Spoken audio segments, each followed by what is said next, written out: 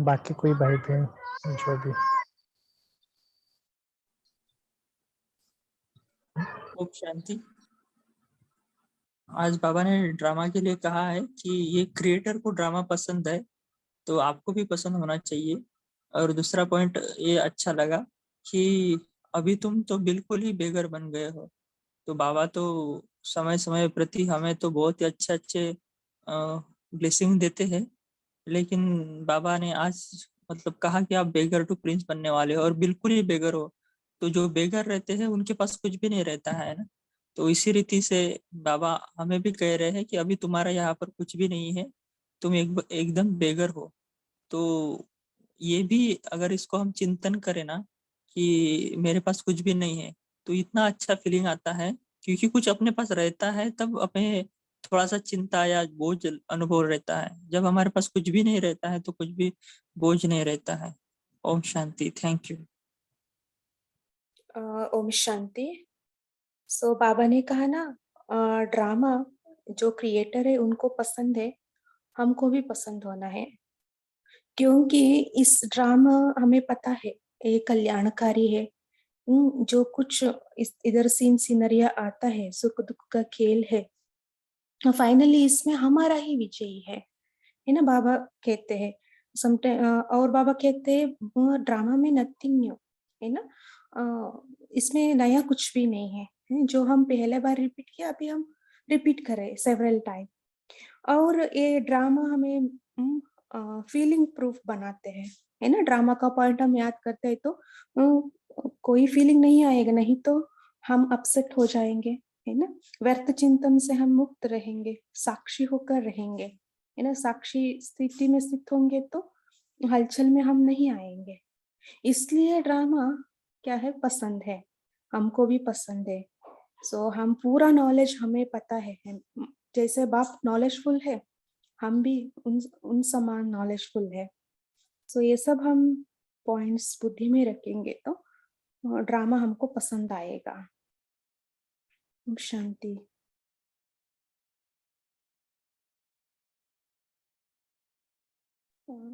और आप सबका भी चिंतन शेयर कर सकते हैं, क्यों हमें ड्रामा पसंद आते हैं करके।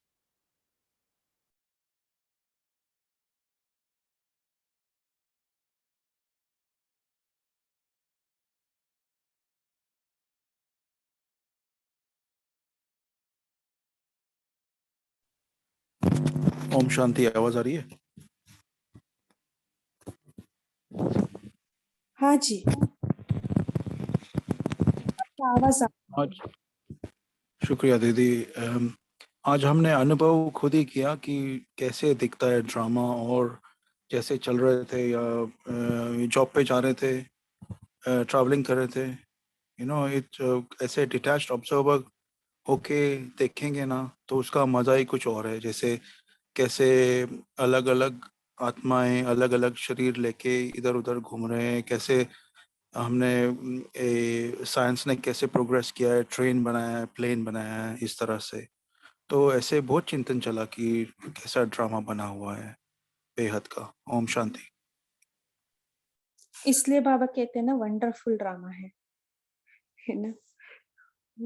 बहुत सारे बाबा ने आज कहा वंडरफुल ड्रामा है, खेल है। तो सारा दिन चिंतन चलना चाहिए इसके ऊपर, क्यों वंडरफुल लगता है। जी।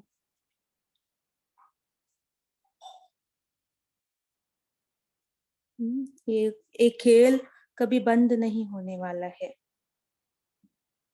इसको भी हम जानने से हमको मजा आता है ना। बंद नहीं होता, हमको पता है चलता ही रहेगा। बहुत ही सुंदर नाटक बना हुआ है ना। जैसे हम मनन चिंतन करते हैं तो हमें वंडरफुल लगता है। हाँ जी। ओम शांति।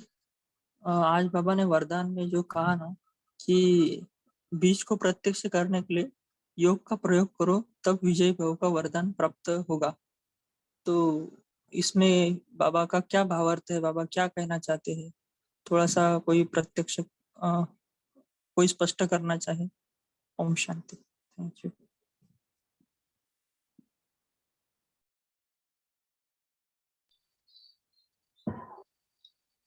एक्चुअली हम कभी कभी योग करते हैं, मतलब हम योग करते हैं तो योग में कैसे है कि कोई ना कोई बेसिक अवस्था का ही हम योग करते हैं।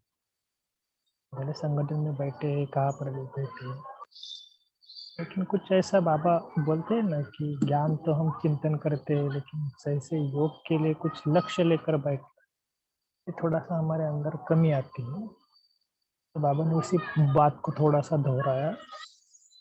योग में लक्ष्य की रीति से योग में बैठना, कि समझ लो आज मुझे क्या करना है योग में। क्योंकि जनरली क्या होता है कि कमेंट्री लगाते हैं या कुछ ना कुछ हम एक दो बाबा की बातें से जो साकार मुरली या अव्यक्त मुरली वही चिंतन करते हैं, लेकिन कुछ खास अभ्यास नहीं करते। जैसे रमेश भाई भी हमेशा बोलते थे ना कि कुछ खास अभ्यास करो। ये मुझे लगता है, बाकी भी अपना अनुभव सुना सकते।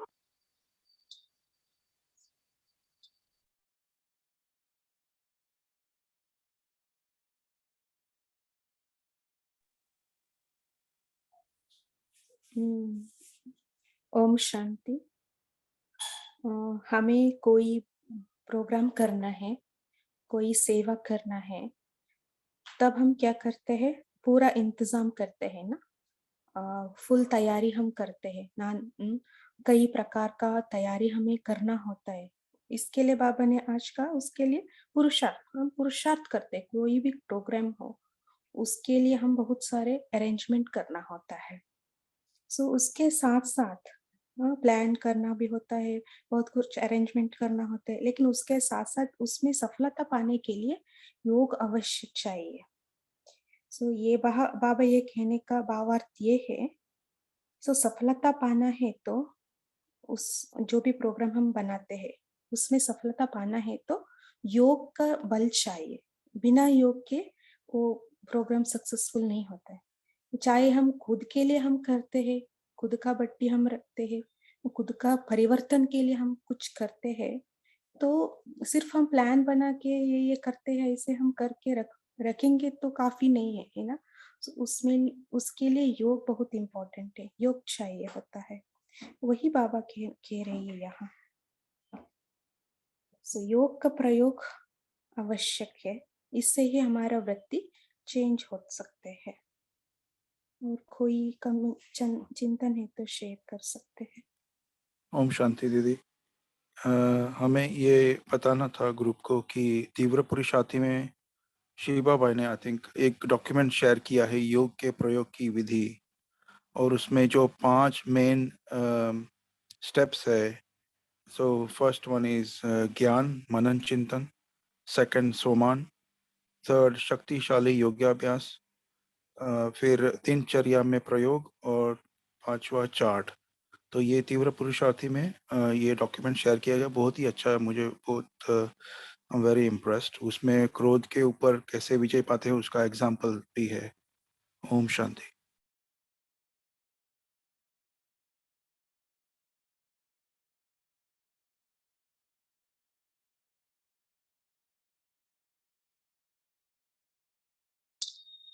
बाकी जो ग्रुप में है थोड़ा सा अपना अपना बताएंगे चिंतन, क्योंकि हमारे लिए है जो भी है।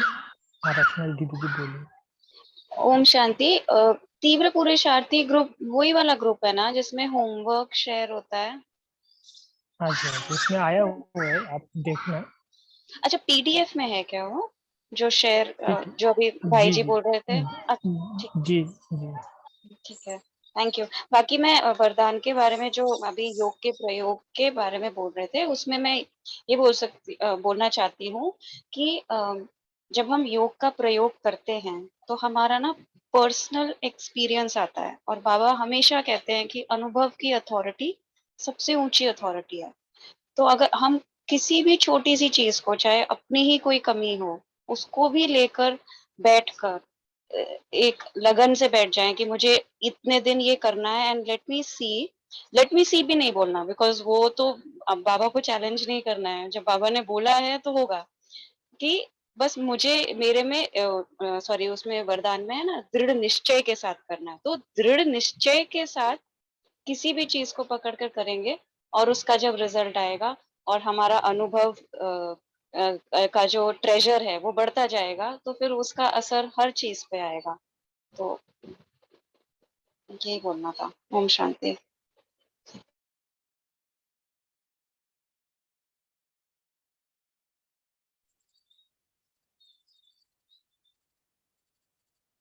बाकी भी जो प्रयोग करते होंगे या कुछ और पॉइंट्स शेयर करना तो कर सकते हैं। सोनल बहन जी, तेजल बहन जी।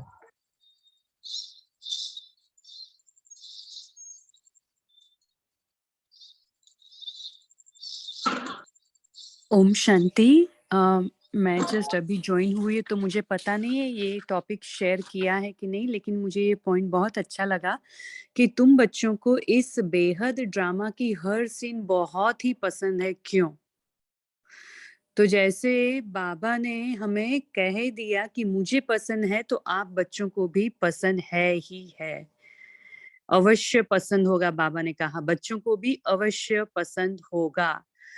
तो हम सोचने लगे कि हम ड्रामा में हर रोज कितनी बातें आती है, कितना ऊपर नीचे होता है, कितनी हमारी स्थिति भी ऊपर नीचे होती है। तभी कभी अच्छा लगता है, कभी नहीं अच्छा लगता है, लेकिन अभी बाबा को अच्छा लगता है तो हमें अच्छा लगता ही है।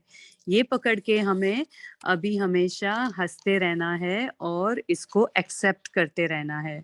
हम इसको खराब कह भी नहीं सकते और हमेशा मजे में रहने हैं तो खराब मान भी नहीं सकते, और हमें हमेशा सदा हर्षित रह के उसको पॉजिटिव लेके ही चलना है कि अकल्याण में भी कल्याण समाया हुआ है।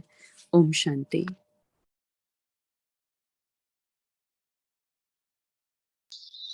कभी कभी ना बाबा के साथ ऐसा भी योग करना कि बाबा जरूरी नहीं है कि आपको पसंद है माना मुझे भी पसंद होना चाहिए। थोड़ा सा हटके भी बाबा जी के साथ बातें करनी चाहिए। इससे क्या हो जाता है कि उस माना बाबा ने बोला ना कि मुझे पसंद है तो आपको पसंद आना चाहिए। वैसे लौकिक में भी कभी नहीं होता ना कि बाप को पसंद है तो बच्चे को आना चाहिए। बाबा को पूछना कि मुझे क्यों क्यों क्यों क्यों पसंद आना चाहिए, आपने कहा इसलिए। ऐसे थोड़ा बाबा के साथ भी मजे से रो रहे अंकल। ओम शांति भाई जी। हाँ जी सेम चीज जब सवेरे मुरली सुना तो मैंने बाबा को वही बोला। मैं बोला तुम्हें पसंद है करके मुझे क्यों पसंद आना चाहिए, इसे जरूरी है क्या? तो फिर मुझे मजा आता है ना एक अलग तरीके से। फिर बाद में आया कि जी। हाँ मतलब उसको फिर उसको बोलने में आता है नहीं। हाँ पसंद इसलिए है कि तुमको जो पसंद है हमें वही पसंद, फिर वही बात करेंगे तो इसलिए पसंद है, ऐसे नहीं कि तुम्हें पसंद है करके ड्रामा मुझे पसंद है। तो मजा भी आता है, सही बोले आप। Thank you. हाँ, फिर बाबा भी बताते हैं ना सामने कि मैंने तो आपको सब राज बता दिए हैं, तो अभी अभी तुम डिसाइड करो कि तुम्हें पसंद होना चाहिए कि नहीं होना चाहिए। क्योंकि अभी तक तो तुम नहीं जानते थे कि ये क्या है। पूरा ये जो लाइफ तुम जी रहे हो, भक्ति करके गा रहे हो, एंजॉय भी कर रहे हो, लेकिन न तो ज्ञान है न तो कुछ भगवान के बारे में मालूम है। तो अभी मैंने आपके सामने सब राज खोल दिए हैं, तो अभी तो सब राज का मीन्स अभी पर्दा खुल गया है ना। तो अभी तो तुम्हें कोई गिला शिकवा नहीं है, अभी अभी तो सब पता है। तो अभी तो तुम्हें सदा हर्षित ही रहना है, क्योंकि मैं साथ में मिला हूं तुमको। तो तुम बस अभी हंसते गाते चलो अपने घर मेरे साथ। तो ऐसे जो डायलॉग बाजी चलती है ना मन में, हम ही प्रश्न पूछते हैं बाबा को और बाबा टचिंग देता है सामने, तो अच्छा भी लगता है, जैसे अभी भाई जी ने कहा। ओम शांति।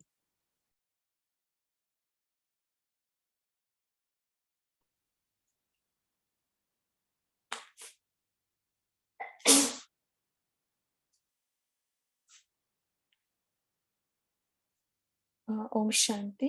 बाबा ने एक अव्यक्त मुरली में कहा है ना, सो बाप को पसंद, हमें 3 पसंद का हम सर्टिफिकेट लेना है ना, स्व का, बाप का और सर्व का।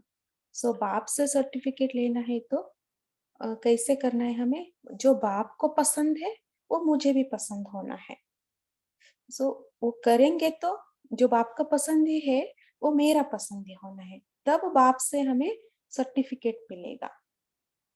सो हमको करना ही है, जो बाप का पसंद भी है हमको भी पसंद आना ही है, तभी तो हमें सर्टिफिकेट मिलेगा, इसे कहा है बाबा ने। सो बाबा को ड्रामा पसंद है तो हमको भी पसंद होना ही है।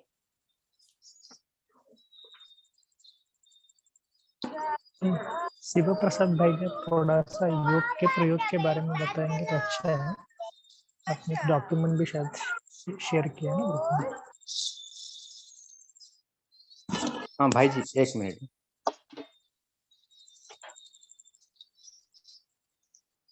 तो योग के प्रयोग। हाँ, बोलिए बोलिए। हाँ, जैसे मुरली में बाबा ने जो बोले थे कि मतलब योग और करने कराने में तो होशियार हो गए, तो लेकिन प्रयोग कहाँ तक कर पा रहे हैं ना, जैसे श्रेष्ठ संस्कार को परिवर्तन के लिए और आने वाले परिस्थितियों पर या विकार पर। तो ऐसे ही जस्ट थोड़ा-सा चिंतन करके बना रहे थे कि कहाँ पर हम योग मतलब किस टाइप का हम योग के प्रयोग कर सकते हैं। तो मतलब जो भी हमको टारगेट लेना है, मान लो मेरा कोई संस्कार है या कोई अचीवमेंट करना चाह रहे हैं, तो उसके ऊपर हम मतलब पहले ना बाबा 2 चीज़, एक तो ज्ञान का मनन चिंतन, दूसरा स्वचिंतन। उस दोनों का हमको करना पड़ेगा। जैसे मान लो क्रोध हो गया या विकार, काम विकार हो गया, उसके ऊपर बाबा के क्या-क्या महावाक्य हैं और बहुत ठोस-ठोस महावाक्य अव्यक्त मुरली से हमको कलेक्ट करके उसी को जैसे हमारा पास रहना चाहिए और उसी को बार-बार हमको पढ़ना करना चाहिए, रिवाइज़ करना चाहिए मनन चिंतन में। और उसके लिए स्वचिंतन भी ज़रूरी है कि मेरे लिए ये कहाँ-कहाँ गड़बड़ करती है या इस संस्कार मुझे कहाँ धोखा देते हैं, कैसे देती है। तो उसी के ऊपर भी हमको थोड़ा वर्कआउट करना पड़ेगा। तो फर्स्ट स्टेप तो ज्ञान है, क्योंकि बाबा ने कहा ना, क्योंकि ज्ञान के बिना तो कुछ होगा ही नहीं। पहले जो भी बाबा का नॉलेज है तो उसको हम पूरा कलेक्शन करके और अपना स्वचिंतन को अपने हिसाब से एक्चुअली उस ज्ञान को मेरे जीवन में मैं कहाँ-कहाँ अप्लाई करूँगा। तो फर्स्ट स्टेप ये था कि मनन चिंतन और व स्वचिंतन। दूसरा था सोमान, तो उसके ऊपर उस रिलेटेड के लिए बाबा ने क्या-क्या सोमान हमको दिए हैं। जैसे क्रोध के लिए, विकार के लिए या संस्कार परिवर्तन के लिए, किसी के साथ संस्कार टकराव होती है। तो उस सोमान को हमको लिस्ट आउट करके फिर उसी को ही उसका ही प्रैक्टिस करना है, चाहे लिखना है या अभ्यास भी करना है अनुभव के साथ। फिर तीसरा जो है कि शक्तिशाली योगाभ्यास चाहिए और इसी के लिए हम अगर विशेष कुछ मतलब जैसे संख्या का आंकड़ा होते हैं ना, 21 है, 84 है, 108 दिन, तो ऐसे कोई पर्टिकुलर स्थान पर अगर बैठ कर के उसी के उसी के लिए योग करेंगे और बाबा को एक संकल्प दे देंगे, बाबा ये जो अभी का जो 20 मिनट, आधा घंटा या जितना टाइम मैं योग कर रहा हूँ, ये बेसिकली मेरे इस प्रयोग के लिए, चाहे संस्कार परिवर्तन हो, चाहे कोई भी चीज़ के लिए हो। फिर हम जैसे योग करते हैं, ऐसे शक्तिशाली लेकिन एकदम अलर्ट होकर के योग करेंगे। और नेक्स्ट जो है उसी को हम दिनचर्या में प्रयोग करेंगे, क्योंकि योग करने के बाद हम दिनचर्या में मतलब उस चीज़ कहाँ से आता है, जैसे मान लो क्रोध हो गया या मेरा जल्दीबाजी के संस्कार है, कहाँ-कहाँ आते हैं उस चीज़ को मैंने कौन-सा सिचुएशन में ऐसे होता है, तो उसी को भी लिस्ट आउट करेंगे कि इसी सिचुएशन जब आता है, क्योंकि 70% हमारा पता चल जाता है कि मेरा कहाँ गड़बड़ होती है, 30% सडनली आते हैं। लेकिन अगर 70% को हम जान लेंगे कि मेरा यहाँ-यहाँ होता है, इस संस्कार अब इस टाइम पर आता है। मान लो संगठन में जाता हूँ, कोई कुछ बोलता है तो संस्कार का टकराव होता है या मुझे मतलब जो भी है उसी को हम सॉर्ट आउट करेंगे। फिर उसी समय पर्टिकुलरली हम जब बार-बार ध्यान देंगे और उसी के लिए बाबा को उस महावाक्य को याद करेंगे। बाबा इस समय क्या कहा है? उसी को बार-बार प्रैक्टिस करेंगे। तो फिर उसी समय और इसका जब अभ्यास हो जाएगा, हम जो भी टारगेट लिए होंगे तो फिर 70% को हम टैकल कर देंगे तो 30% भी हो जाता है। और उसके लिए और भी एक कर सकते हैं, जब योग करेंगे तो उसी के पर्टिकुलरली बाबा से वरदान लेंगे, उसी उसी के ऊपर। जैसे वरदान भी हम उसी के ऊपर हम बना भी सकते हैं, क्योंकि इतना सारा अव्यक्त मुरली सुन रहे हैं, तो वरदान भी बना के पर्टिकुलर उसी सफलता पाने के लिए हम वरदान लेंगे। और लास्ट पॉइंट जो है चेक एंड चेंज, मतलब चार्ट रखेंगे हम, उसी को उसी के लिए चार्ट क्या-क्या, मतलब मान लो ये मैंने आज टारगेट लिया, आज के दिन में मैंने कितना कर पाया और कहाँ कमी रह गई। और चेकिंग करते समय तो एक चीज़ जो हमें लगता है कि हम दिलशिकस्त नहीं होना है। हाँ, नेक्स्ट डे के लिए हम टारगेट रखेंगे, आज नहीं हो पाया, थोड़ा-सा और कल बढ़ाएँगे।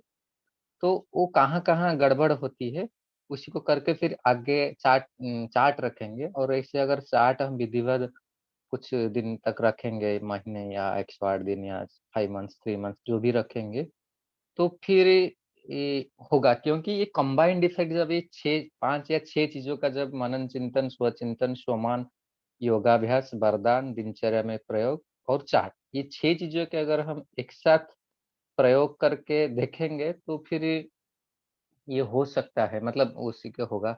ऐसे हमारा भी छोटा-सा अनुभव है, जब वो कोरोना के ऐसे कोविड के टाइम हेल्थ का काफ़ी इश्यू था, मैंने 108 दिन किया था, तो उसमें मतलब एक मेजर रिलीफ मिला था मुझे उस केस में। तो ऐसे अगर मतलब थोड़ा इतना ही चिंतन चला था कि इस टाइप का हम चाहे तो कर सकते हैं। अच्छा।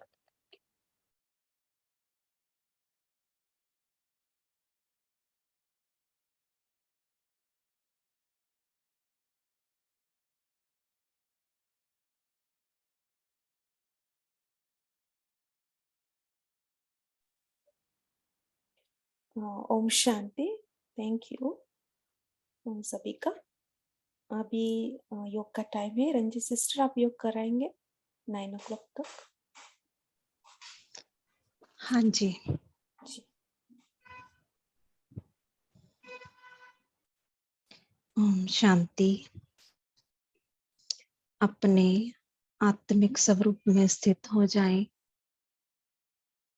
देखें कि मैं मस्तक में एक दिव्य छोटा सा पॉइंट ऑफ लाइट, सूक्ष्म चैतन्य सितारा हूँ और बिरकुटी सिंहासन पर विराजमान हूँ।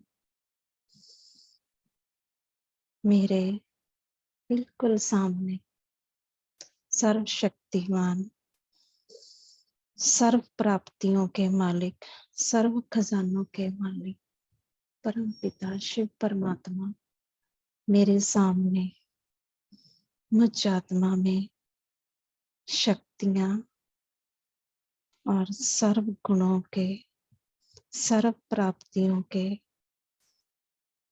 खजाने शक्तियों के रूप में, किरणों के रूप में बिखेर रहे हैं। महसूस करें कि मुझ आत्मा में शक्तियां बढ़ रही हैं।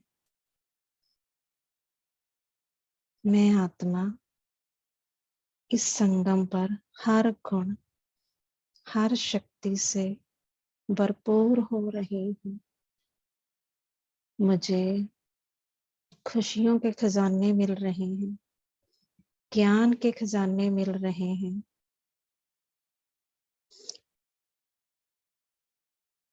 और इन खजानों से मैं आत्मा तेजोमयी होई जा रही हूँ, भरपूर होती जा रही हूँ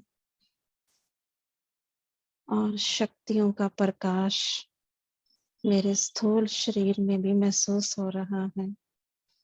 मेरा मस्तक भी तेजोमयी हो जा रहा है। मैं आत्मा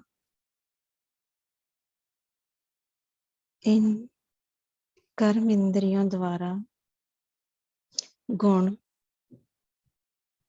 विशेषताओं, प्रतिभाओं को अपने अंदर से प्रवाहित होता देख रही हूँ। महसूस करें कि मेरे रोम रोम में, मेरे नस नस में संपूर्ण शरीर में शक्तियों का संचार हो रहा है।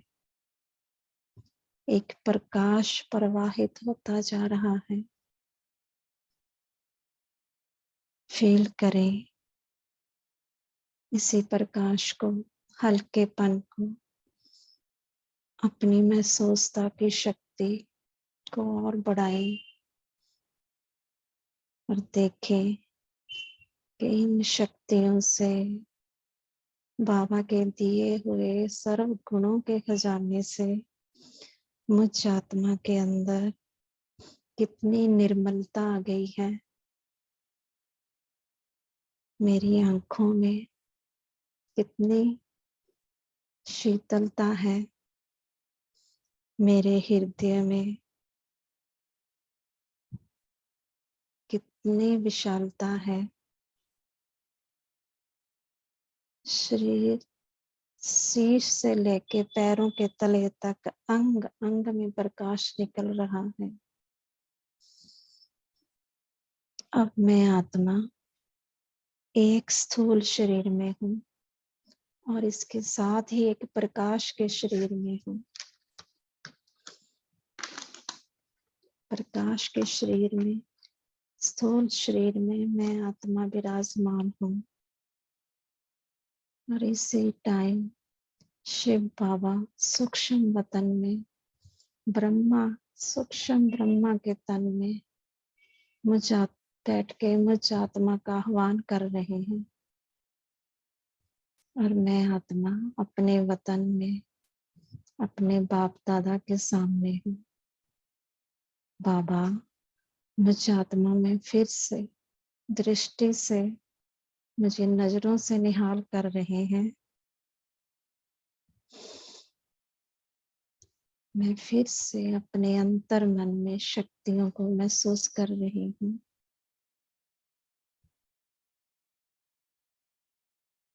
बाबा ब्रह्मा द्वारा, ब्रह्मा फरिश्ता बाबा मुझे दिखा रहे हैं कि अपने कर्म इंद्रियों के राजा कैसे बनते हैं।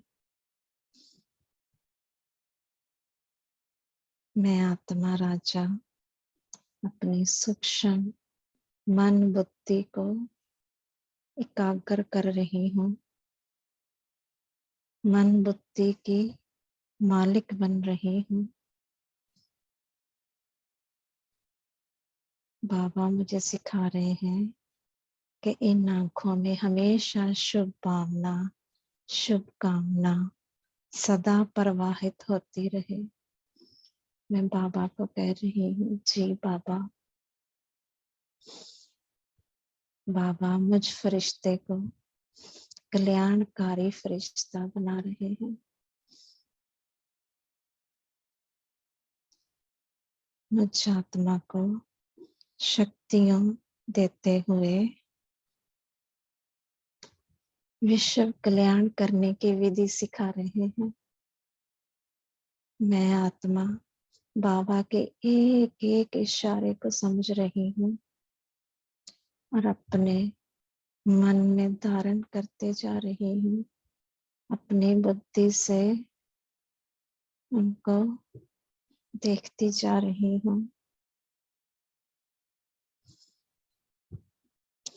बाबा मुझ आत्मा को सिखा रहे हैं कि बच्चे जो भी करना है संगम पर अभी करने का समय है।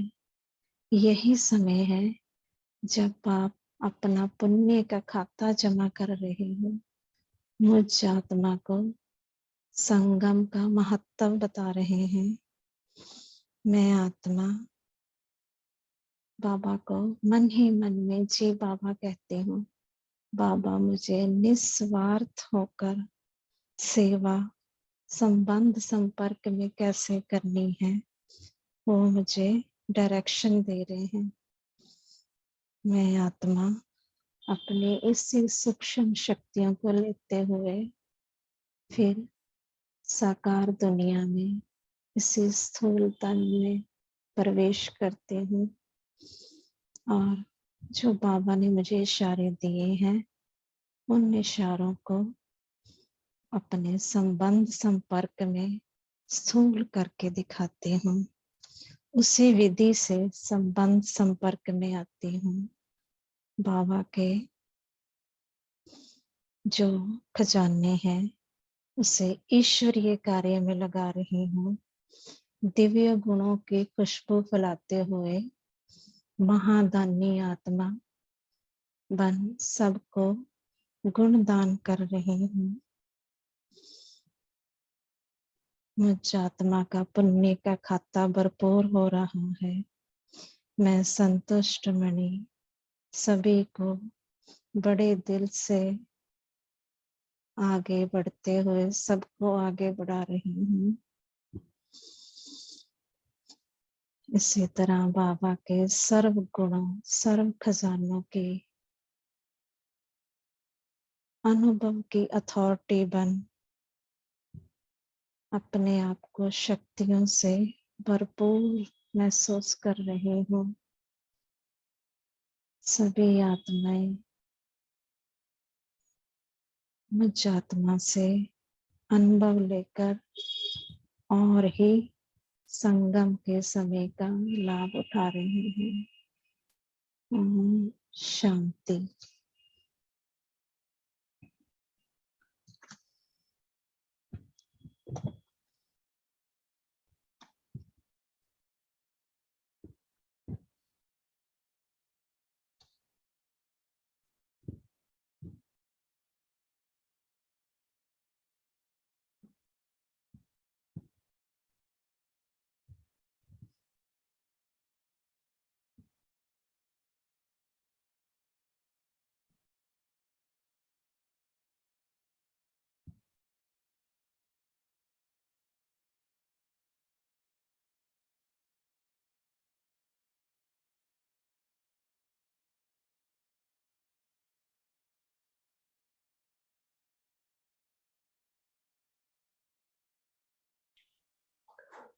ओम शांति। रंजित सिस्टर आप मुरली पढ़ सकते हैं।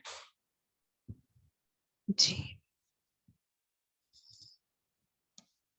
24/3/2009 के अव्यक्त बाप दादा के महावाक्य हैं। मुरली का सार है, बाप दादा द्वारा मिले हुए खजानों को स्वयं में समाकर कार्य में लगाओ और अनुभव की अथॉरिटी बनो। आज चारों ओर के सर्व खजाने जमा करने वाले संपन्न बच्चों को देख रहे हैं। साथ साथ हर एक बच्चे ने कहाँ तक सर्व खजाने जमा किए हैं उसकी रिजल्ट देख रहे हैं।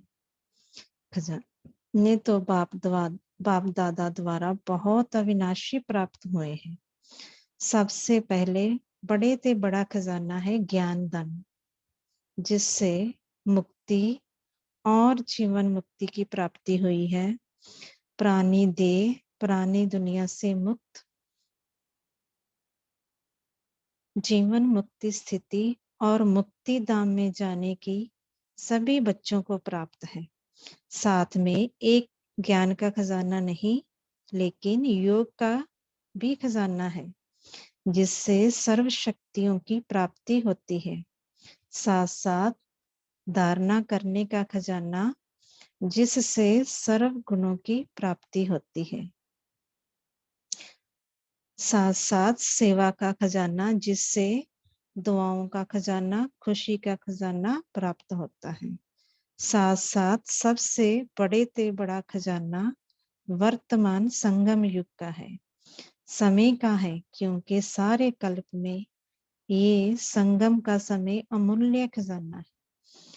इस संगम के समय का एक एक संकल्प व एक एक घड़ी बहुत अमूल्य है, क्योंकि संगम समय पर ही बाप दादा और बच्चों का मधुर मिलन होता है।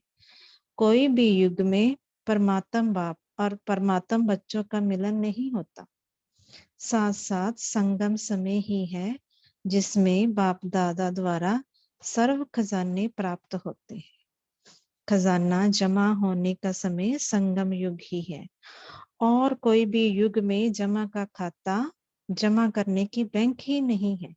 सिर्फ एक संगम युग है जिसमें जितना खजाना जमा करना चाहे उतना कर सकते हो। इस संगम समय का जो महत्व है वह यही है कि एक जन्म में अनेक जन्मों के लिए खजाना जमा कर सकते हैं।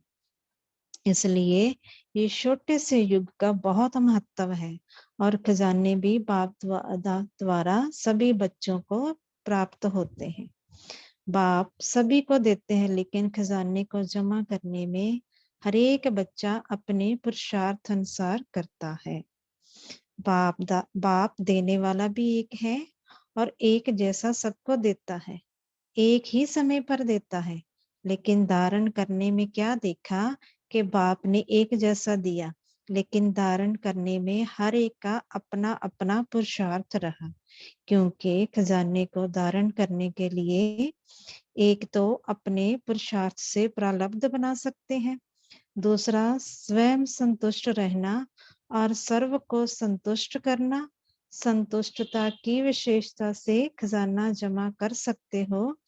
तीसरा सेवा से, क्योंकि सेवा से सर्व आत्माओं को खुशी की प्राप्ति होती है, तो खुशी का खजाना प्राप्त कर सकते हैं। अपना पुरुषार्थ और सर्व को संतुष्ट करने का पुरुषार्थ और तीसरा सेवा का पुरुषार्थ, इन तीनों प्रकार से खजाने जमा कर सकते हो। खजाने जमा करने से विशेष संबंध संपर्क में आने में एक तो निमित्त भाव, निर्माण भाव, निस्वार्थ भाव, हर आत्मा के प्रति शुभ भावना और शुभ कामना रखने की आवश्यकता है। अगर सेवा में व संबंध संपर्क में ये सब है तो पुण्य का खाता और दुआओं का खाता बहुत सहज जमा कर सकते हैं। बाप दादा सबका पोता मेल देख रहे थे तो क्या देखा?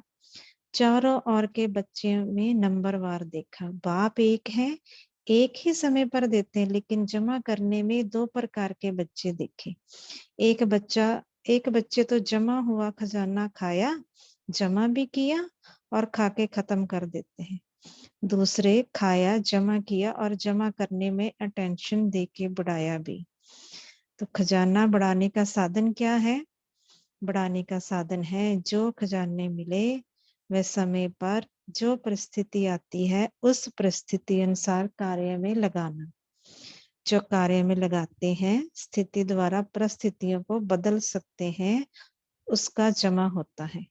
जो कार्य में नहीं लगाते तो जमा नहीं होता।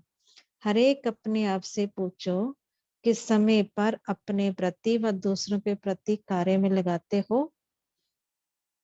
जितना कार्य में लगाएंगे उतना बढ़ता जाएगा, क्योंकि कार्य में लगाने से अनुभव होता जाता है, तो अनुभव की अथॉरिटी ऐड होती जाती है। तो चेक करो, अपने आप से पूछो कि ये सारे खजाने जमा है और बढ़ाने का साधन समय पर कार्य में लगाते हैं।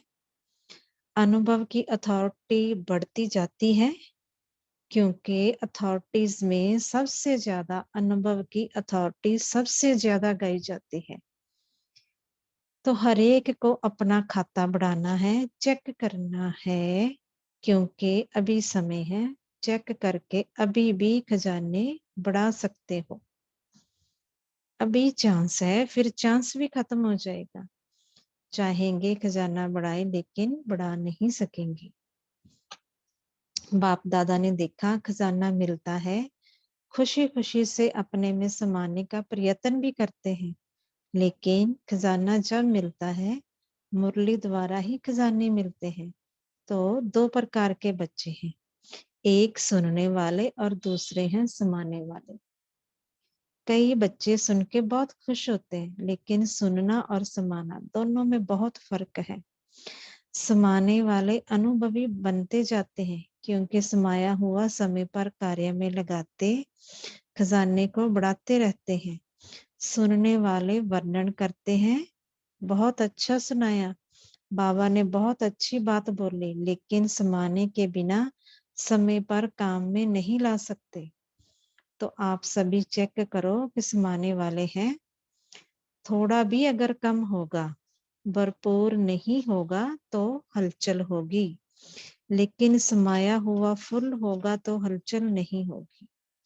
इसलिए आज बाप दादा ने सबके खजाने चेक किया। सुनाया ना कि 2 प्रकार के बच्चे हैं। अभी अपने आप को चेक करो कि मैं कौन।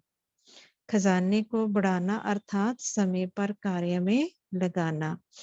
जितना कार्य में लगाते जाते उतना खजाना बढ़ता जाता है, क्योंकि जो भी खजाना है, खजाने का मालिक खजाने को कार्य में लाता है।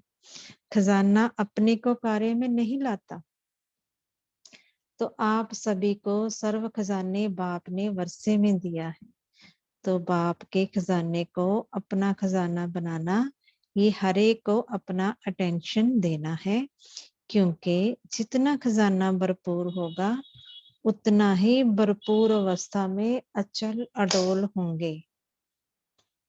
बाप दादा यही चाहता है कि हर एक बच्चा संपन्न हो, कम नहीं हो, क्योंकि ये चांस बाप द्वारा अविनाशी खाता जमा होना ये सिर्फ अभी हो सकता है।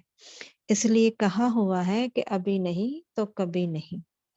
ये संगम समय के लिए ही गायन है। विषय में तो जमा किया है, उसका फल प्राप्त करेंगे, लेकिन प्राप्ति का समय सिर्फ अब है। तो हर एक को अपना खाता देखना है। जिसका जितना भंडारा भरपूर है, उसके नैनों से, चलन से, चेहरे से मालूम होता है। उसकी चलन और चेहरा ऐसे लगेगा जैसे खिला हुआ गुलाब का पुष्प।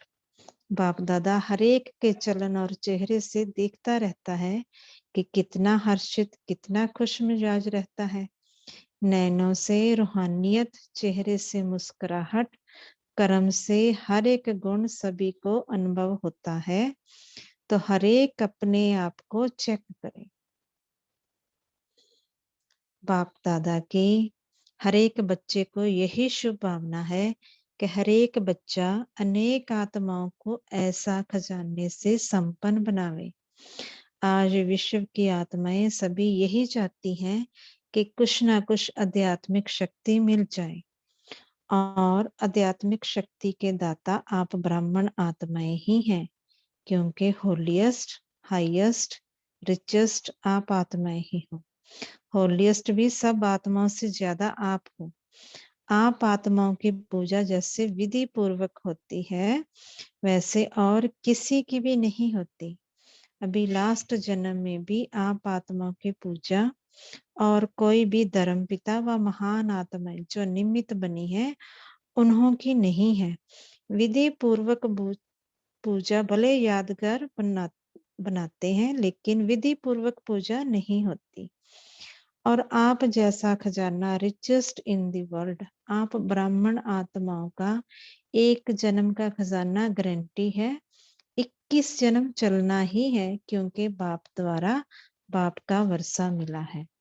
तो जैसे बाप अविनाशी है, वैसे ही बाप द्वारा मिला हुआ खजाना भी अविनाशी हो जाता है। इसलिए richest in the world, holiest in the world. सभी अपने को ऐसे विशेष सेवादारी समझते हो ना। आज के समय अनुसार विश्व की आत्माओं को आवश्यकता किस चीज की है, जानते हो ना। आज विश्व को खुशी, शक्ति और स्नेह की आवश्यकता है। आत्मिक स्नेह चाहते हैं, लेकिन आप ब्राह्मण आत्माएं अभी समय अनुसार दाता बनो। मनसा से शक्तियां दो, वाचा से ज्ञान दो और कर्मणा से गुणदान दो।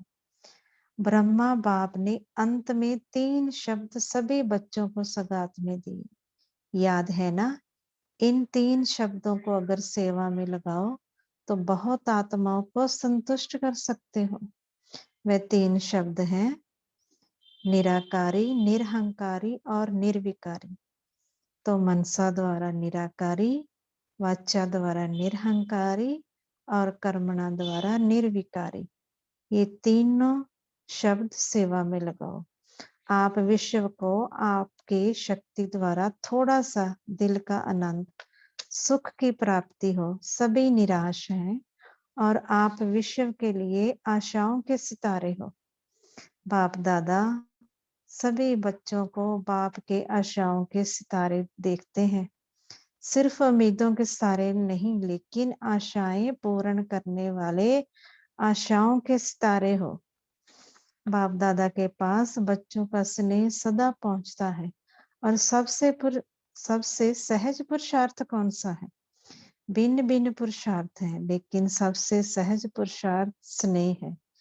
स्नेह में मेहनत भी मोहब्बत के रूप में बदल जाती है। तो बाप के स्नेही बनना अर्थात सहज पुरुषार्थ करना।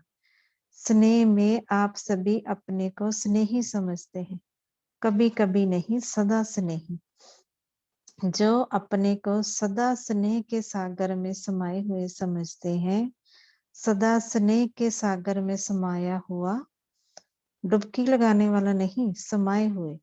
जो अपने को ऐसा स्नेह के सागर में समाया हुआ समझते हैं, वह हाथ उठाओ।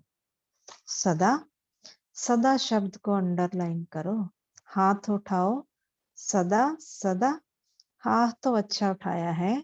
बाप दादा हाथ को देख के खुश होते हैं, क्योंकि हिम्मत रखते हैं। अगर कुछ कम भी होगा तो याद तो आएगा कि हाथ उठाया है, क्योंकि बाप दादा का एक एक बच्चे से अति स्नेह है। क्यों?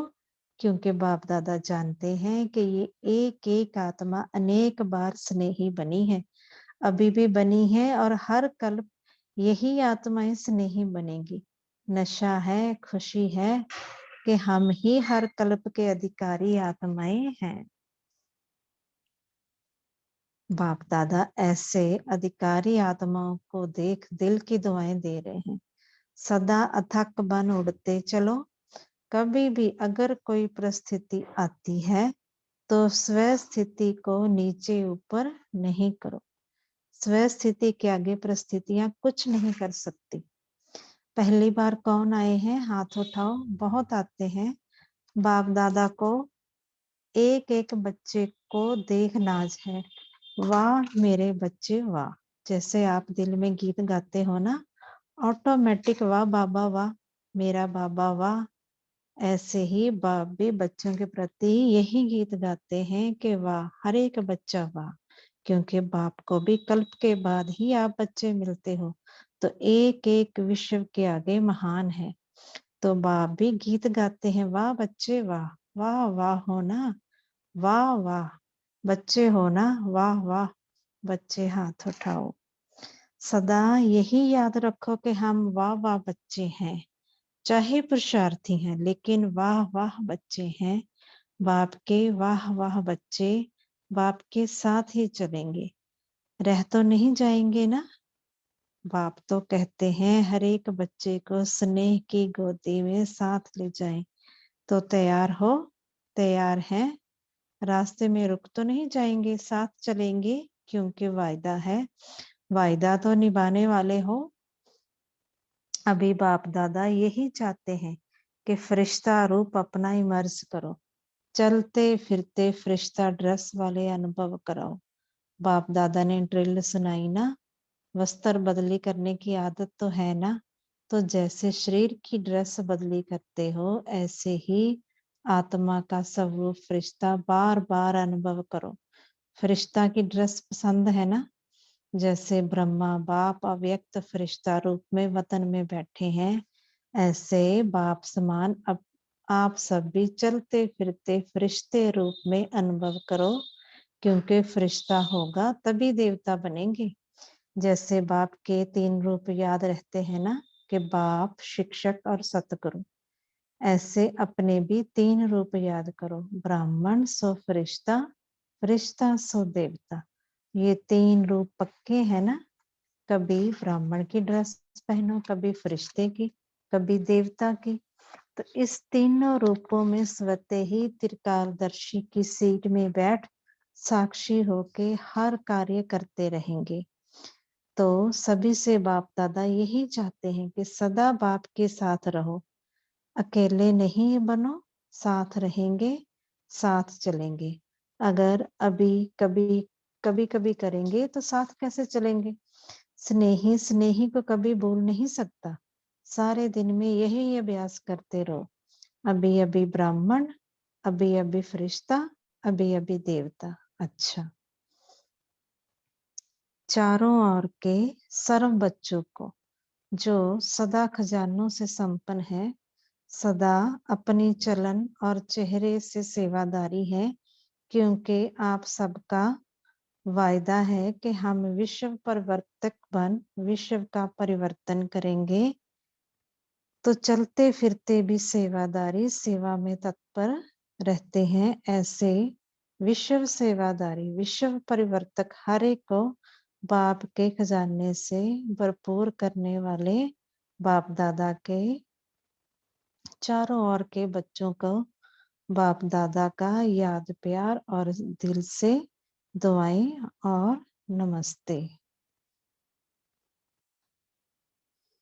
हम बच्चों के भी बाप दादा को नमस्ते याद प्यार।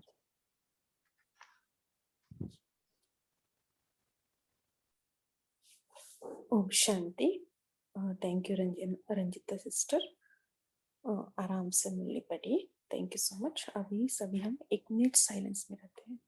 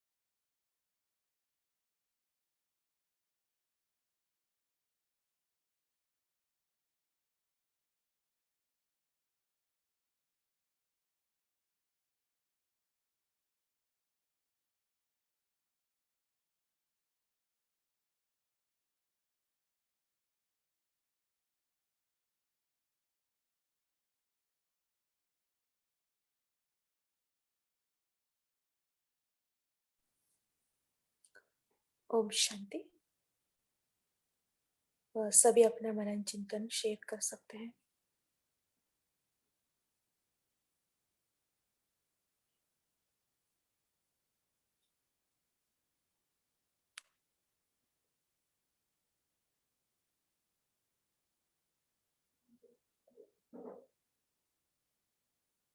क्या कहा बाबा ने आज मुरली में?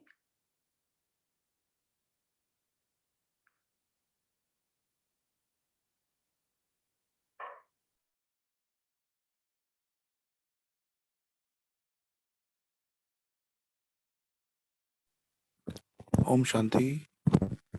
आज बाबा ने जो खजाने बच्चों को मिले हैं उनका वर्णन किया है। जैसे हमने नोट किया है 4-5 खजाने का। सो ज्ञान धन से पुरानी देह और दुनिया से मुक्ति, जीवन मुक्ति की प्राप्ति, फिर योग से सर्व शक्तियाँ, धारणा से सर्व गुणों की प्राप्ति, सेवा से दुआओं की और खुशियों की प्राप्ति, और संगम का समय बेस्ट है क्योंकि बाप दादा और बच्चों का मधुर मिलन होता है।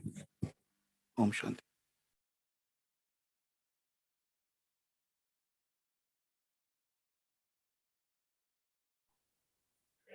हाँ जी, सबसे बड़ा खजाना कौन सा है?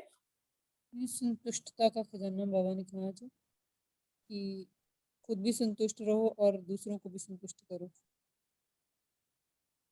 अच्छा, और संतुष्ट क्या? सिर्फ और खजाने भी आप जमा कर सकते हो संतुष्ट रहेंगे तो। अनुभव का खजाना, उसके साथ अनुभव का खजाना सबसे बड़ा खजाना है ना। समय समटाइम्स बाबा समय भी बोलते हैं, है ना। समय, संतुष्टता और अनुभव का खजाना है सबसे बड़ा खजाना। और क्या कहा है? खजाने को जमा करने की विधि क्या बताई बाबा ने?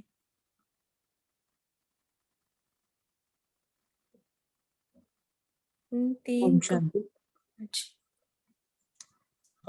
विधि तो उसका तो चिंतन नहीं किया चला। दूसरा एक चिंतन चला कि आज की साकार मुरली में जो स्लोगन था ना कि सेवादारा पुण्य की पूंजी जमा करने वाले पुण्य आत्मा है।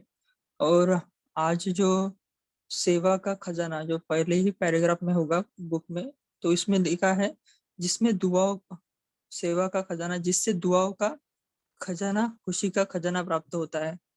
तो स्लोगन में कहा गया है कि पुण्य का पूंजी जमा होती है और यहाँ पे सेवा द्वारा दुआओं का खजाना प्राप्त होता है। तो इसमें कोई क्लैरिटी दे सकता है क्या कि दोनों जगह पे अलग अलग बताया है? ओम शांति। Thank you.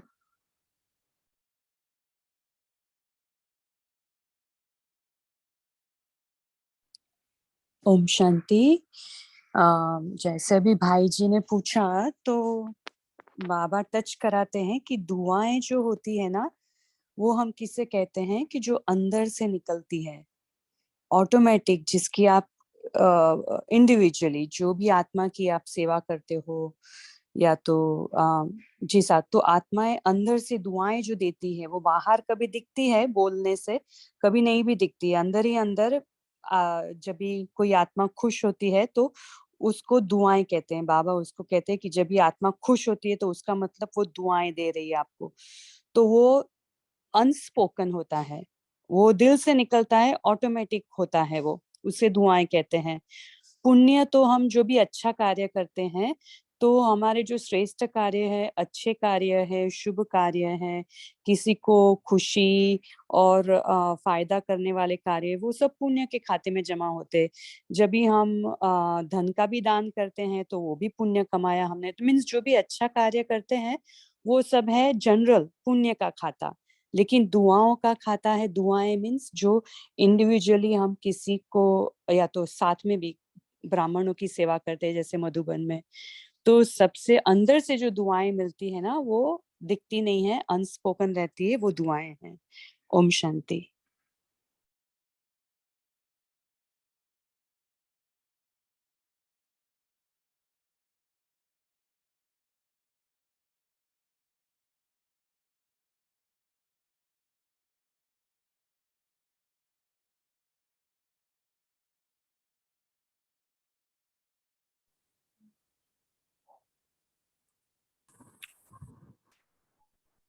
हाँ जी, पद्मावत सिस्टर बोलिए।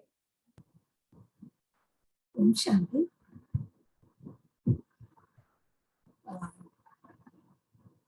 जैसे अभी कहा आज की साकार मुनि में बाबा ने कहा है एक स्लोगन में, सेवा द्वारा पुण्य की पूंजी जमा करना। ये जब हम किसी की सेवा करते हैं निस्वार्थ भाव से, निस्वार्थ भाव से जब हम किसी की सेवा करते हैं, जैसे अज्ञानी निस्वार्थ मतलब कुछ एक्सपेक्टेशन नहीं रखते, तो वो सेवा जो होती है वो हमारा ऑटोमेटिकली वो उस पुण्य के खाते में चला जाता है। और दुआएं जो है जो सेम इक्वली है वैसा देखा जाए तो, लेकिन दुआएं तब मिलती है जब सामने वाला एक्सपेक्ट भी नहीं करता है, तब हम ऐसे समय पर उसको बहुत जरूरी होता है, उस समय जब हम उसको मदद करते हैं, जब बहुत उसको जरूरत होती है उस समय जब हम उसको मदद करते हैं, तब उसके दिल से जो दुआएं निकलती है वो होती है दुआ। और वो दुआएं है ना, हम आत्माओं को, ब्राह्मण आत्माओं के इस संगम पर हमें दुआएं जमा करनी है। ऐसे हर आत्मा की सेवा करने से हमें दुआएं मिलती है, और वो दुआएं हमें ऐसे ऐसे समय पर वो काम आती है, वो दुआएं हमें आगे बढ़ाती है।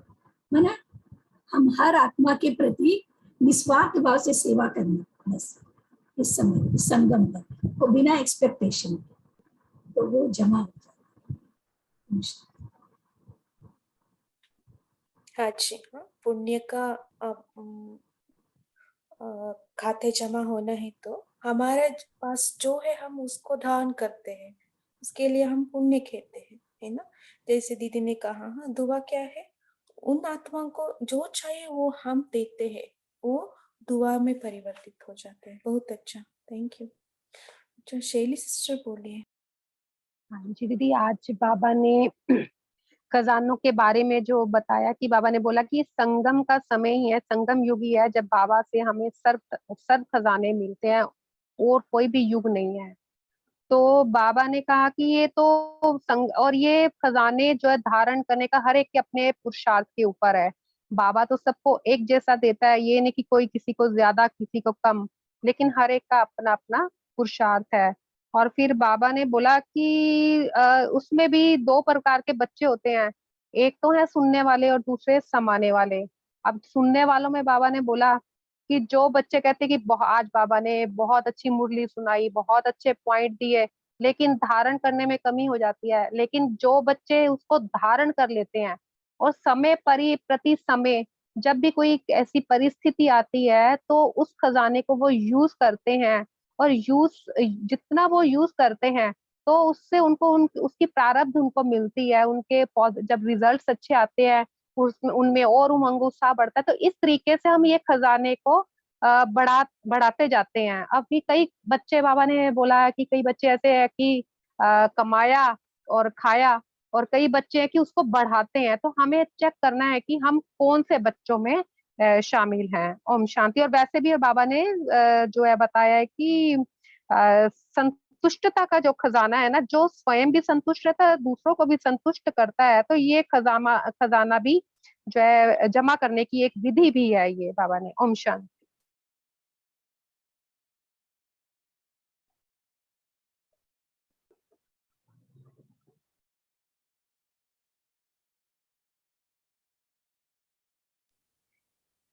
अच्छा, खजाने को बढ़ाने की विधि है ना, उस समय पर उसको यूज करना, कार्य में लगाना खजानों को, मतलब वो करते हैं। चलो, ओम शांति। हाँ जी। बाबा ने बोला हर एक को अपना खाता दिखना है, जिसका जितना भंडारा होगा, तो बाबा बोल रहे उसके नयनों से, चलन से, चेहरे से मालूम होता है। अगर भरपूर है भंडारा तो बाबा बोलते उसकी चलन और चेहरा ऐसे लगेगा जैसे खिला हुआ गुलाब का पुष्प हो। तो बाप दादा हर एक के चलन और चेहरे से देखते हैं, बाबा देखते रहते हैं कि कितना हर्षित है, कितना खुश मिजाज रहता है। नैनों से रूहानियत, चेहरे से मुस्कुराहट और कर्म से हर एक गुण सभी को अनुभव होता है। तो बाबा बोल रहे हैं सब लोग चेक करो अपने आप कि हर एक में, मतलब अपने आप को चेक करो कि हमारे में कितना हमारा जमा का खाता हमको बड़ा है कि घटा है, क्या किया है हमने, हम अपना खुद चेक कर सकते हैं।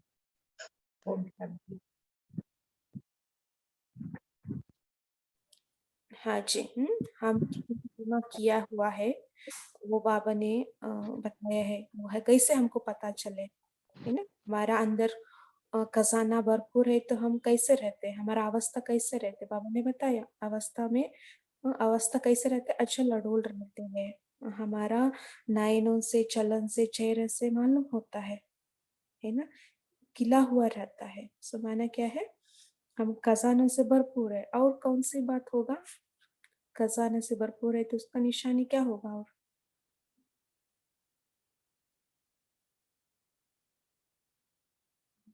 हर्षित रहेंगे, खुशमिजाज रहेंगे। और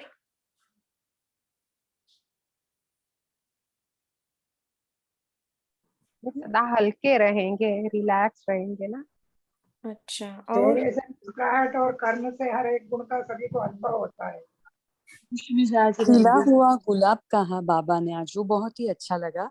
जैसे रूहानी गुलाब होता है ना, वैसे आज बाबा ने खिला हुआ गुलाब का पुष्प से कंपेयर किया कि आपका चेहरा ऐसे खिला हुआ रूहानी गुलाब का पुष्प जो हमेशा सुगंध देता रहता है ना, अपने गुणों की सुगंध और कर्म से और चेहरे से मुस्कुराहट। तो सबको मुस्कुराहट ऑटोमेटिक आ जाती है। जब कोई हंसता है तो सामने हंसना ही पड़ता है हमें, तो ऑटोमेटिक हंसी आ जाती है, मुस्कुराहट आती है। ओम शांति। अच्छा, और ओम शांति दीदी। मेरा एक क्वेश्चन है, क्या मैं शेयर कर सकती हूँ? हाँ जी, ये कंप्लीट हो गया। भरपूर जिसका खजाना भरपूर होता है उनका निशानी। और कोई शेयर करना चाहते हैं? किसी का चिंतन है? हाँ जी, पद्मावत सिस्टर बोलिए। बाबा कहते हैं खजाने अगर भरपूर होता है ना, तो वह उसकी स्थिति हमेशा स्थिर होती है, वो कभी हिलेंगे नहीं, क्योंकि उसके पास हर सिचुएशन की वो शक्ति उस आत्मा के पास होती है। तो इसीलिए भले ही सिचुएशंस आए, लेकिन वो अचल अडल स्थिति में बने हुए रहेंगे। और उस आत्मा के पास ऑटोमेटिकली जब भरपूर होंगे ना, ऑटोमेटिकली उस आत्मा से औरों तक भी वो शक्ति, वो खजाने ऑटोमेटिकली सामने वाले जो भी उस आत्मा के संबंध संपर्क में आएंगे ना, तो ऑटोमेटिकली वो सामने वाला भी अनुभव करेगा उस शक्ति को, उस खजाने। अच्छा, कर्म से हर एक गुण सभी को अनुभव होता है।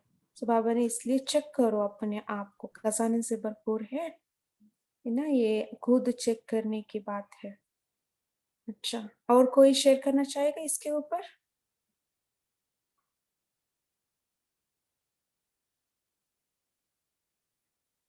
अच्छा, ठीक है। शैली सिस्टर, आपका क्वेश्चन है, पूछिए। हाँ जी दीदी, मेरा ये क्वेश्चन है कि कई बार परिस्थितियां इतनी क्रिटिकल हो जाती हैं कि एक आत्मा की वजह से हम तो चलो ज्ञान में चल रहे हैं, हम अपने आप को संभाल लेते हैं, हम खुश भी रहते हैं, बाबा को ज्ञान को, इवन योग को भी अपने लाइफ में लाते हैं, हम रिलैक्स हो जाते हैं। लेकिन जो आत्माएं ज्ञान में नहीं चल रही हैं ना, तो एक आत्मा की वजह से सबकी लाइफ जो है वो डिस्टर्ब हो रही है। तो उस परिस्थिति में क्या किया जाए? हम वाइब्रेशंस भी देते हैं, लेकिन वो कहते हैं कि हमें प्रैक्टिकल जो लॉस के अकॉर्डिंग टू चलना चाहिए, जिसके लिए लॉस चलते हैं, जो हमारे ये वर्ड लेवल पर चल रहे हैं, जो लॉस बने हुए हैं हमारे जुडिशियल एक्ट के अकॉर्डिंग टू, तो क्या वो यूज कर सकते हैं कि नहीं? कि क्या केवल उन्हीं के लिए लॉस जो है, दूसरे लोग हैं जो ज्ञान में, उन्हीं के लिए, या हम भी वो यूज कर सकते हैं वो लॉस को? अच्छा, जरूर, क्यों नहीं यूज कर सकते, है ना, क्यों यूज कर सकते हैं। हाँ, लेकिन आज बाबा साकार मुरली को याद करें, है ना, ड्रामा बना हुआ है ना, सब निर्दोषी है, तो वो भी है। लेकिन जब जब जब ऐसे सिचुएशन होता है जहाँ हम लॉ उठाना भी होता है ना, जुडिशियल आपने जैसे कहा, उसको भी उठाना होता है, उसमें कोई गफलत नहीं है ना, कोई मिस्टेक नहीं है उसमें, आप यूज कर सकते। और शेयर करना, और भी इसके ऊपर शेयर करना चाहेगा, क्या कर सकते हैं? तो ओम शांति दीदी, क्या उनका प्रश्न क्या है वो समझ में नहीं आया। लॉ कौन सा उठाने की बात कर रहे हैं? मीन्स जो दुनिया के लॉ है वो, या दुनिया के लॉ है। अच्छा, तो वो तो हमें ब्रेक तो नहीं करना है, वही बाबा ने कहा ना कि दुनिया की लॉ जो है वो तो है ही, उसके मुताबिक उसको लॉ को हाथ में हाँ नहीं जी, लेना है, वैसा। नहीं नहीं, वैसे लॉज हम लेकिन जो जुडिशियल जो लॉज बने हुए हैं हम उनको तो यूज कर सकते हैं ना। मान लो जैसे प्रॉपर्टी से रिलेटेड है, अब एक सोल है वो रिलैक्स होकर चल रही है, लेकिन उसकी वजह से ना वो मतलब कह सकते हैं कि ना तो वो सॉर्ट आउट करती है प्रॉब्लम को, फिर वो चल भी है और अपना इजी लाइफ करके रखी है, उसकी वजह से बहुत सारे 16-17 आत्माएं जो है उसकी वजह मिजरेबल से हो गए। डिस्टर्ब हाँ। है। हाँ ना, हम्म। बहुत मिजरेबल है, हाँ फिर तो हाँ, चल रही है। हाँ तो बाबा ने, हाँ वही तो आप दीदी ने वही कहा, श्वेता दीदी ने, कि जो हमें दुनिया की लॉ है उसके मुताबिक ही चलना है, अपना वो कुछ ब्रेक तो नहीं करना है, और जो भी कायदे मुआफिक चलना है। हाँ वही होगा शायद, या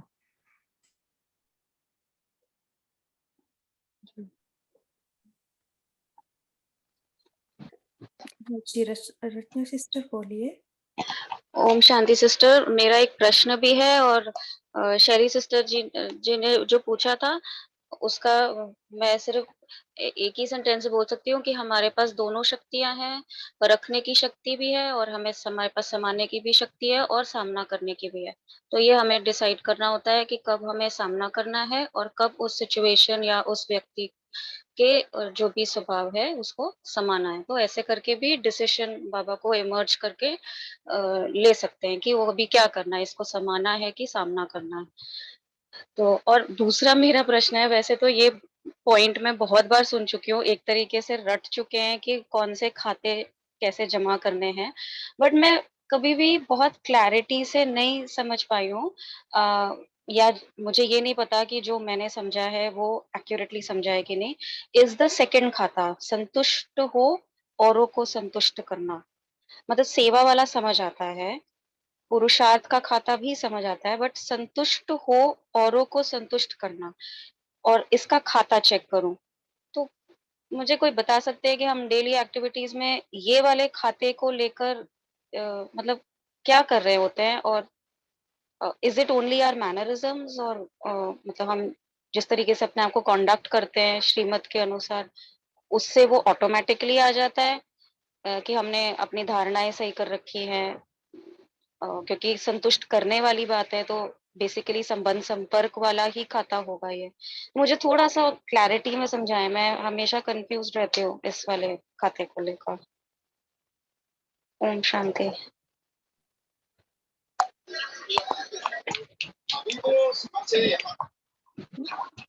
ओम So, शांति दीदी। हाँ जी। हाँ जी, मैनरिज्म तो बाबा अकॉर्डिंगली श्रीमत तो ये इस कॉन्टेक्स्ट में अगर लेते हैं तो बाबा तो मैनरिज्म ही हमें सिखा रहा है ना। तो जैसे अभी आपने शेयर किया कि हमें ये परखना है कि क्या मेरा कंडक्ट कैसा है, जिससे कोई हर्ट तो नहीं हो रहा है, क्या मेरे से सब संतुष्ट है। लेकिन उसके लिए बाबा ने कुछ छूट भी दे रखी है कि 5% है, ये हम तो कह नहीं सकते कि 100% हमसे सभी संतुष्ट रहेंगे, उसमें से 5% की बाबा से छूट मिली हुई है कि कुछ सोल्स ऐसी होती हैं चाहे अपना हम 100% भी दे दें ना तब भी वो सेटिस्फाइड नहीं होती है। तो उस स्थिति में हम बाबा से भी कह सकते हैं, लेकिन हमें तो हमारा लेकिन जो प्रायोरिटी है कि हमें संतुष्ट ही करना है सबको, और साथ में अपने आप में पुरुषार्थ से हम संतुष्ट हैं क्या मैं जो कर रही हूँ, क्योंकि सबसे पहले तो हम खुद ही उस चीज के साक्षी है ना, साक्षी ऑब्जर्वर है, हमें पता चलता है कि क्या रोंग है क्या है। सबसे पहले तो अपना मन ही बताता है, आत्मा सबसे पहले कोई भी हम कार्य करते हैं सबसे पहले एक आवाज आत्मा की आती है, नहीं ये राइट है ये रॉन्ग है। तो यही परखने की शक्ति और निर्णय करने की शक्ति है जो हमारे सामने उस समय आती है। तो उस चीज से देखना क्या मैं स्वयं से संतुष्ट हूँ, क्या जो मैं कार्य कर रही हूँ क्या अकॉर्डिंग टू श्रीमत, क्या अब सामने बाप दादा को लेके आ सकते हैं सामने की क्या है, वो दर्पण तो बाबा ही हैं, क्या उनके अकॉर्डिंगली ये है, क्या बाबा इसको ओके करते हैं, तो फिर क्या परिवारजन संतुष्ट हैं। तो इस तरीके से हम ये जो हमारे सामने जो एक दर्पण दिया हुआ है बाबा ने, इससे हम कर सकते कि ये जो, क्योंकि बाबा ने एक चीज बताई है, खाता माना खाता, कि जो चीज हमारे मन को खाती है माना वो हमारा खाता तैयार हो रहा है। ओम शांति। अच्छा अंकुर भाई जी आपका हैंड रेस है, आप बता सकते हैं। अंकुर भाई जी आपका हैंड रेस है, आप शेयर कीजिए।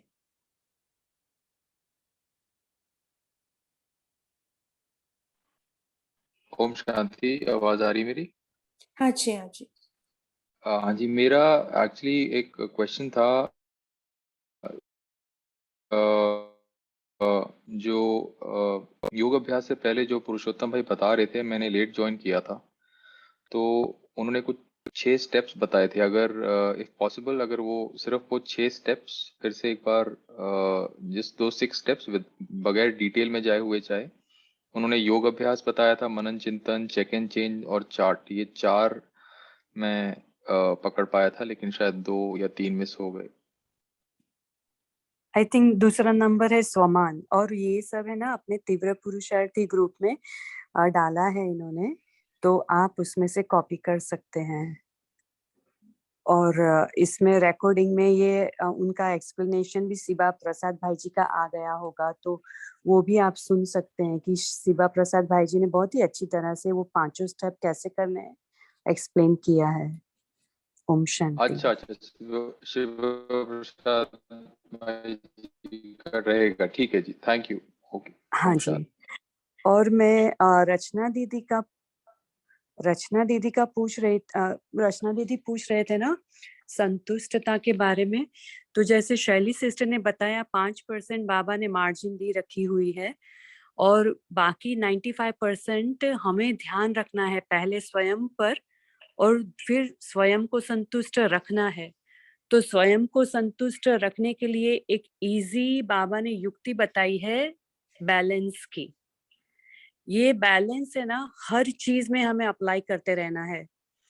तो मेरा मैं एग्जांपल बताऊं, जब से बाबा के बने हैं तो धीरे धीरे हम बाबा की तरफ और झुकते जाते हैं, तो लौकिक हमारा साइड पे रह जाता है, उसके प्रति हम थोड़ा कम करते जाते हैं अटेंशन, और अलौकिक के प्रति ज्यादा होता जाता है। तो फिर एक मोड़ आता है जिसमें इम्बैलेंस हो जाता है, सब असंतुष्ट रहते हैं। तो ये भी कला है जो हमें सीखनी है। तो बाबा की इन महावाक्यों को हम ध्यान में रखते हैं, तो ये जो बैलेंस वाली है बात वो सब में अप्लाई करनी है।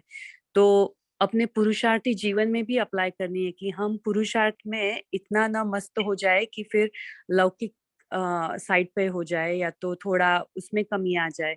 तो स्वयं को भी संतुष्ट तभी रख के फिर घर वालों को भी संतुष्ट करना होता है।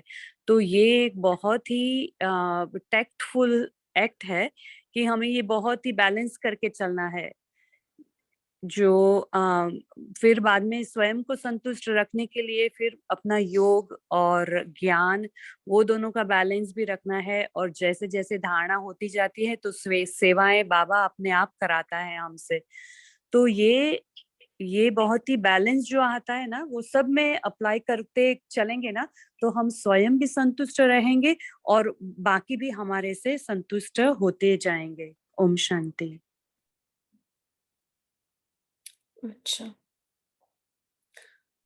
रचना सिस्टर, आपका क्वेश्चन का आंसर मिला हुआ होंगे। जी जी, thank you to both the sisters, thank you. हाँ जी। अब और आज का मुरली में भी बाबा ने कहा ना अच्छा कैसे दीदी, सॉरी टू से कि जैसे तेजल दीदी ने बोला ना, तो एक छोटी सी बात है कि जैसे दीदी ने बोला कि बैलेंस, तो मैं जो अपनाती हूँ कि मैंने लौकिक को लौकिक समझती नहीं हूँ, मैं लौकिक को अलौकिक चेंज कर दिया है कि मेरे लिए सब जो है ना बाबा के बच्चे हैं। तो मैं उस तरीके से जब करती हूँ तो मेरे लिए बैलेंस रखना इजी हो जाता है, फिर मेरे को लौकिक लौकिक नहीं लगता और अलौकिक अलौकिक नहीं लगता। तो ये भी एक अच्छी विधि है। ओम शांति। हाँ जी। बहुत बढ़िया। सब कुछ हम अलौकिक दृष्टि से देखे, बेहद दृष्टि से देखे। बहुत बढ़िया। तो आज की मुरली में बाबा ने कहा ना 3 शब्द याद रखो, निराकारी, निरहंकारी, निर्विकारी। ये 3 शब्दों से हम दूसरे आत्माओं को संतुष्ट कर सकते हैं, है ना। मनसा द्वारा निराकारी, वाचा द्वारा निरहंकारी और कर्मणा द्वारा निर्विकारी। पहले हम सभी को एक्सेप्ट करना होता है ना। संतुष्ट करने के लिए क्या करना है, पहले एक्सेप्ट, खुद को भी और दूसरों को भी। फिर जो है जैसे उसको एक्सेप्ट करे, फिर ऑटोमेटिक संतुष्टता आ ही जाएंगे। और ये 3 शब्द भी याद करें, ठीक है। अच्छा, सो आज कल के लिए हम क्या होमवर्क लेंगे? कौन बताएंगे?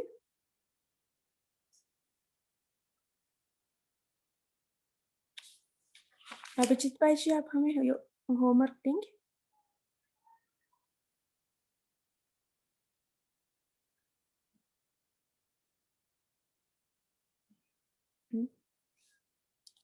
अच्छा, सो बाबा ने जमा हम कितने किए उसको चेक करने के लिए कहा है। सो चेक करने के लिए विधि भी बाबा ने बताए हैं। हम उसी प्रकार कल हमारा खाता कितना जमा हुआ है उसको भी देखे। और बाबा ने कहा ना, एक है उसको कार्य में लगाना खजाने को, और दूसरा है संतुष्ट रहना और दूसरों को भी संतुष्ट करना, तीसरा है समाना, अनुभव को बढ़ाना। ठीक है, इस विधि से खजाने को हम बढ़ा सकते हैं, है ना। जो हमने सुना है उसको समाना है ना। कैसे समानेंगे? उसको मनन चिंतन करके हमारा अंदर समाएंगे। ठीक है, सो ये हम विधि अपना कर चेक करेंगे। ठीक है, अच्छा, ओम शांति। अभी तो टाइम हो गया है, 2 मिनट के लिए हम साइलेंस में रहेंगे। सो अपने आप को विजुअलाइज करें फरिश्ते रूप में, ब्रह्मांड विश्व ग्लोब के ऊपर हम स्थित हैं, सभी सर्कल के रूप में हैं, और बाप दादा का साथ हम कंबाइंड होकर सारे विश्व को खुशी, शक्ति और स्नेह की किरणें फैलाएंगे। देखिए, अपने आप को विजुअलाइज करें। एक एक फरिश्ता से खुशी की, शक्ति की, साथ साथ स्नेह की किरणें सारे आत्माओं तक पहुंचा रही है।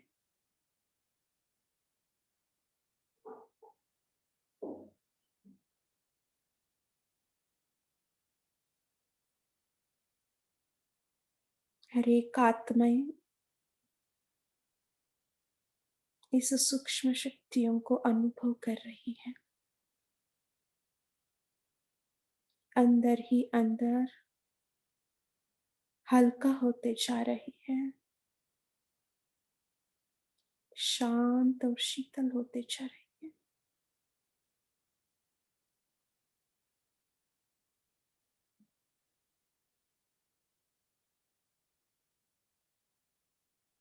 अच्छा, ओम शांति। सबको धन्यवाद। Good night.